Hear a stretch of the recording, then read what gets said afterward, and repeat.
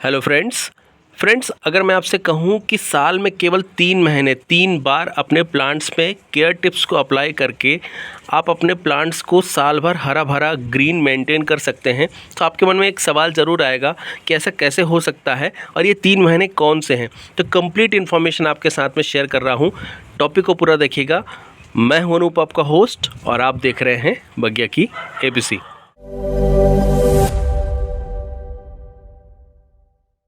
So friends, 3 best month जिस time में आप अपने प्लांट्स की केयर अगर करते हैं तो आपको प्लांट्स पे पूरे साल ग्रीनरी मिलेगी। ऐसे 3 महीने स्टार्ट होते हैं अलग अलग सीजन के अंदर में, जो कि अभी पहला महीना आने वाला है अक्टूबर का महीना, जो कि कल से रहेगा, यानी कि 1 अक्टूबर। और अक्टूबर का महीना जो होता है सर्दियों के ठीक स्टार्ट होने के पहले वाला महीना होता है।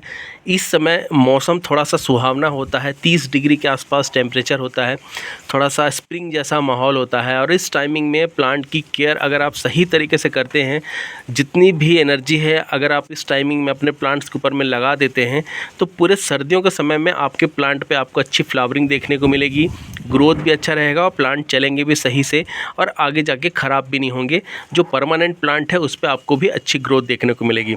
इसके बाद में जो दूसरा महीना आता है वो आता है स्प्रिंग का टाइम, जो कि जनवरी के बाद में आता है, फरवरी के आसपास तक रहता है। तो ये होता है दूसरा महीना जिसमें हमें केयर टिप्स अप्लाई करनी होती है अपने प्लांट्स के ऊपर में।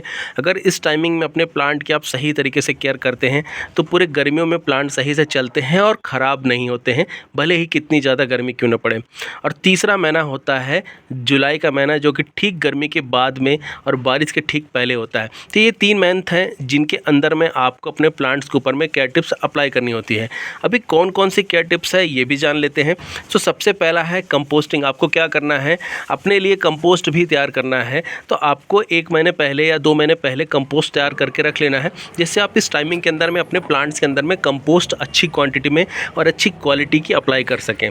दूसरा, प्लांट के ऊपर में फर्टिलाइज करना है। तो आपने कंपोस्ट तैयार कर लिया है, तो इसको आपको क्या करना है, प्लांट्स के ऊपर में अप्लाई करना है। तो आपको मिट्टी की अच्छे से गुड़ाई कर लेनी है।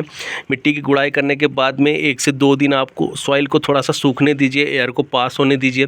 ऊपर की सॉइल हटाने के बाद में फिर उसके अंदर में आप कंपोस्ट डाल के स्टेम से थोड़ा सा बचा के एरिया, और फिर उसके बाद में कंपोस्ट डाल के आप सॉइल से कवर कर दीजिए, वाटरिंग कर दीजिए। तो इस तरीके से आप फर्टिलाइज़ कर सकते हैं अपने सभी प्लांट को। फर्टिलाइज़ करने के लिए आप कंपोस्ट डाल सकते हैं, अगर आप बोन मिल यूज़ करते हैं तो बोन मिल डाल सकते हैं, अगर आप एगशेल यूज़ करते हैं तो वो डाल सकते हैं।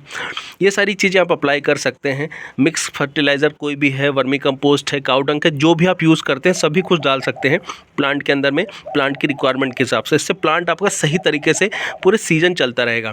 इसके बाद में है पेस्ट कंट्रोल, क्योंकि प्लांट जब ग्रोइंग टाइम होता है तो सॉफ्ट पार्ट जो होता है, जैसे कि यहाँ पे आप देखेंगे सॉफ्ट पार्ट है, तो इसमें पेस्ट के अटैक होने का चांस बहुत ज़्यादा बढ़ जाता है। तो आपको प्लांट के ऊपर में पेस्टिसाइड भी अप्लाई करना है, या प्लांट के ऊपर नज़र बना कर रखनी है। अगर कोई पेस्ट लगता है तो उसके ऊपर में कंट्रोल करना है। तो इस तरीके से प्लांट की आप जो है केयर टिप्स अप्लाई कर सकते हैं। दूसरा है प्रूनिंग। इस टाइमिंग में जो ग्रोथ का टाइम होता है, इस समय में प्लांट में ग्रोथ अच्छी होती है, तो नई जो है इसके अंदर में कलियाँ फूटती हैं, नए कल्ले निकलते हैं। तो जब प्लांट पर आप प्रूनिंग करते हैं, सॉफ्ट प्रूनिंग, ऐसे 1 या 2 नोड नीचे से आप जब कटिंग करते हैं तो प्लांट के अंदर में आपको बहुत सारे नए कल्ले दिखेंगे। जैसे यहाँ पे आप देख सकते हैं, मैंने इसकी अभी करी थी जुलाई के आसपास में, और अब जाके इसमें अच्छी ग्रोथ रिजल्ट देखने को मिल रहा है। तो ये जो है इस तरीके का रिजल्ट दिया है, और अब ये पूरे सर्दियों के समय में इसमें ऐसे ही हैवी फ्लावरिंग होती रहेगी। मैंने पूरा इसको बहुत अच्छे से कट कर दिया था, नीचे तक पूरा काट दिया था, तो ये अभी बड़ा है ये। तो इस तरीके से आपको प्रूनिंग करनी है। आप इसमें हार्ड प्रूनिंग कर सकते हैं, सॉफ्ट प्रूनिंग कर सकते हैं, पिंचिंग कर सकते हैं। केवल एक टिप को निकालना ही पिंचिंग कहलाता है, और नीचे तक अगर कट कर देते हैं तो हार्ड प्रूनिंग हो जाता है। दिन इसके बाद में रिपोर्टिंग, यही टाइम होता है रिपोर्ट करने का सही तरीके से अगर देखा जाए, क्योंकि प्लांट जब ग्रोथ कर रहा होता है तो उस समय पे अगर आप प्लांट के अंदर में रिपोर्टिंग का काम करते हैं तो प्लांट में न्यू ग्रोथ भी जल्दी आती है, और इसके साथ में जो उसकी रूट सिस्टम है वो भी बहुत अच्छे से डेवलप होती है। तो आप रिपोर्टिंग कर सकते हैं। न्यू प्लांट अगर लगाना चाहते हैं तो ये बिल्कुल सही समय होता है, जो अक्टूबर का महीना है, जो स्प्रिंग का टाइम है, और जो जून जुलाई के आसपास का टाइम है। इस टाइमिंग में अगर आप नए प्लांट लगाते हैं तो आपके प्लांट पे ग्रोथ अच्छी होती है। और इसके साथ में है आपको प्लांट का जो है अगर कटिंग तैयार करना है, नए कटिंग्स लगाने हैं तो नए कटिंग भी आप इस समय लगा सकते हैं। डेफिनेटली बारिश के समय में कटिंग ग्रो हो जाती है, लेकिन उसके अलावा भी ये जो समय है इस समय पे भी कटिंग ग्रो हो जाती है, तो आप कटिंग भी लगा सकते हैं। तो ये सारे टिप है जो कि आप अप्लाई कर सकते हैं, और इसको अगर आप करते हैं तो आप अपने प्लांट्स पे पूरे साल ग्रीनरी मेंटेन कर सकते हैं, प्लांट आपके हरे भरे रहेंगे। इसके अलावा कुछ प्लांट के ऊपर में बाकी जो समय बचता है 9 महीने, उसमें कुछ ना कुछ करना ज़रूरी है, क्योंकि प्लांट है तो इनको फीड कराना ज़रूरी होता है। तो आप रेगुलर जो है इनके अंदर में वाटरिंग करिए, सॉइल को आप इसकी जो है मॉइस्ट रखिए, जो भी प्लांट है उसकी रिक्वायरमेंट के हिसाब से। वीकली लिक्विड फर्टिलाइज़र अपने प्लांट्स पे आप दीजिए।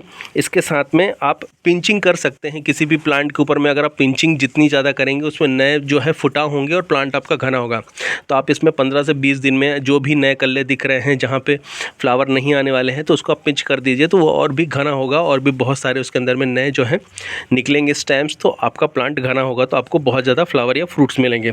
और इसके साथ में आपको वेदर के हिसाब से केयर करना है, तो मौसम के हिसाब से जो भी रिक्वायरमेंट है। अगर बहुत ज़्यादा गर्मी पड़ रही है तो प्लांट को खड़ी धूप से बचाना है, बहुत ज़्यादा ठंड पड़ रही है तो ठंड से बचाना है, और बहुत ज़्यादा बारिश हो रही है तो बारिश से बचाना है। तो ये सारे काम आपको करने हैं। जो 4 महीने आपको बताए हैं ये बाकी के 9 महीने, और जो मैंने स्टार्टिंग के आपको 5 पॉइंट बताए हैं ये करने हैं आपको 3 महीने, जो ग्रोइंग टाइम होता है, जिस समय में प्लांट की केयर टिप्स अप्लाई की जा सकती है।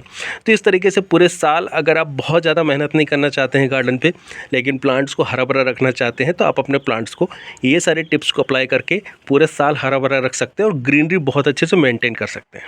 सो आज का टॉपिक मैं यहीं पे इस इन्फॉर्मेशन के साथ में वाइंड अप कर रहा हूँ। ये इन्फॉर्मेशन आपको कैसे लगी मुझे आप कमेंट करके ज़रूर बताइएगा। टिल देन के लिए bye bye, thank you, happy gardening.